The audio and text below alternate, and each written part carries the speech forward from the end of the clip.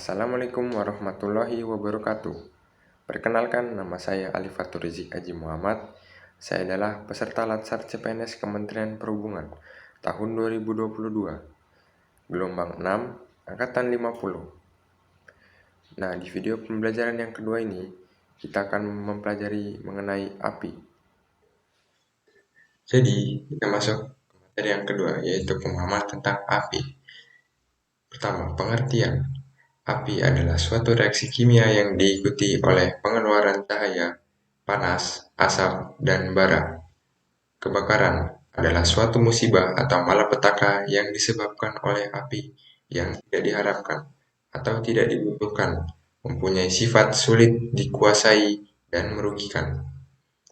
Pembakaran adalah suatu kejadian kebakaran yang karena disengaja berakibat musnahnya benda atau harta dengan maksud tujuan tertentu proses produksi. Daerah kebakaran adalah suatu daerah yang diancam oleh bahaya kebakaran yang mempunyai jarak 50 meter dari titik kebakaran terakhir. Daerah bahaya kebakaran adalah suatu daerah yang diancam oleh bahaya kebakaran yang mempunyai jarak 25 meter dari titik kebakaran terakhir. Api terbuka adalah serangkaian proses pekerjaan yang memang harus menggunakan atau membutuhkan api. Contoh, memasak dengan kompor gas dan membakar sampah. Api.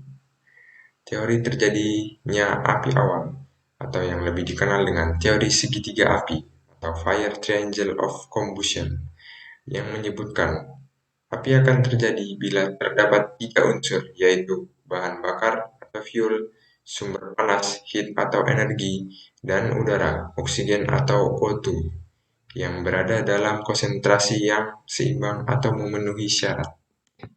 Sumber panas yang dapat menimbulkan api. Yang pertama, api terbuka atau open flame. Yang kedua, sinar matahari. Yang ketiga, energi mekanik berupa gesekan atau friction dan benturan atau impact. Yang keempat, pemampatan atau compression.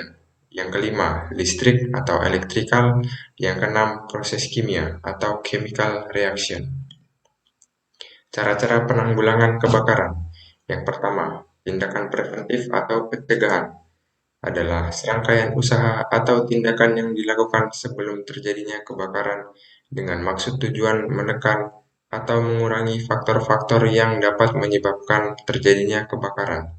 Yang kedua, tindakan represif atau pada saat terjadinya kebakaran adalah serangkaian usaha atau tindakan yang dilakukan pada saat terjadinya kebakaran dengan maksud tujuan menekan atau memperkecil timbulnya kerugian, terdiri dari A.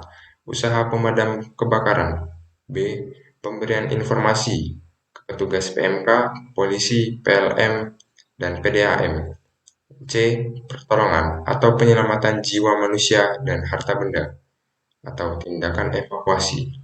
Ketiga, tindakan rehabilitasi atau evaluasi adalah serangkaian tindakan yang dilakukan setelah terjadinya kebakaran untuk mengambil langkah-langkah berikutnya. Klasifikasi kebakaran. Ada 4 klasifikasi kebakaran, diantaranya adalah klasifikasi kebakaran menurut NFPA atau National Fire Protection Association dan dikenal sebagai klasifikasi Amerika Darat.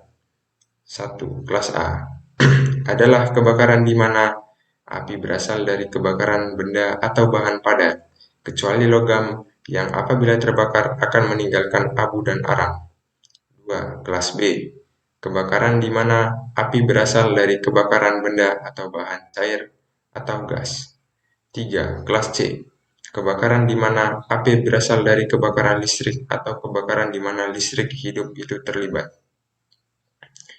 4. Kelas D, kebakaran di mana api berasal dari benda logam. Teknik pemadaman. Yang pertama, smothering atau menutup atau menyelimuti, yaitu memutuskan hubungan udara luar dengan fluida yang terbakar agar perbandingan udara berkurang. Contoh, menutupi dengan menggunakan karung basah, menutupi dengan menggunakan pasir, lumpur, atau tanah, pemadaman dengan menggunakan apar jenis foam. Kedua, cooling atau pendinginan, yaitu menurunkan panas benda sampai mencapai suhu di bawah titik nyala atau flash point. Contoh, disiram dengan air, ditimbun dengan pohon yang mengandung air, dipadamkan dengan apar jenis CO2.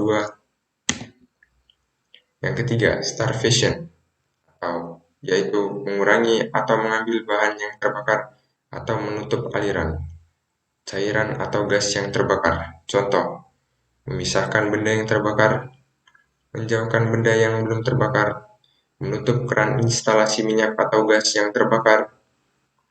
Yang keempat, memutus rantai reaksi pembakaran, yaitu pemadaman menggunakan apar atau alat pemadam api ringan. Yang kelima, emulsification, yaitu pemadaman kebakaran plastik dengan air. Yang keenam, pelarutan, yaitu pemadaman kebakaran alkohol dengan menggunakan air. Demikianlah materi pembelajaran yang kedua ini. Apabila ada salah kata mohon dimaafkan. Wassalamualaikum warahmatullahi wabarakatuh.